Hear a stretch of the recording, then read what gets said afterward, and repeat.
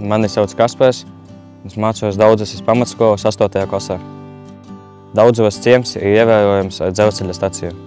Daudzavas stacija ir atklāta 1904. gadā dzelzceļa līnijā Ventspils–Maskava–Ribinska. Daudzavas stacija bija nozīmīgākā vieta ceļā no Krustpils līdz Jelgavai.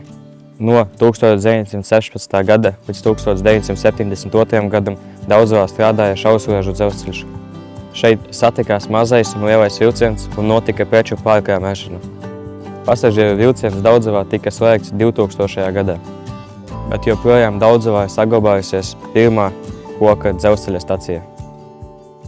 Ikdienā ārpus skolas es parasti braukāju pie čoma, pat Daudzavā dzīvo. Mēs ik pa laikam aizbraucam uz Sēravotu, tas arī Daudzas ir tāda viena vieta.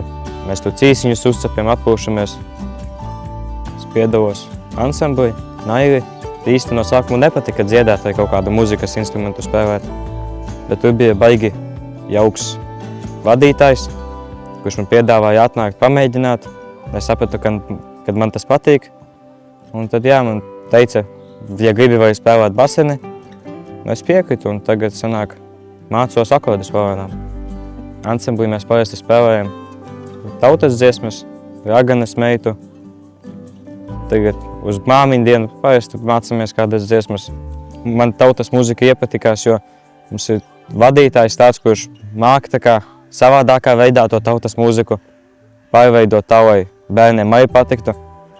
Un tā, kad tu no malas tur bērniem šķiet, ka nē, tas nav forši, bet tā, kad tu tajā iedziļinies, tev pat interesanti paliek, un tu vairāk iedziļinies dziesmas vārdos un saproti, par ko viņas ir, un tad viņas tādas interesantas paliek.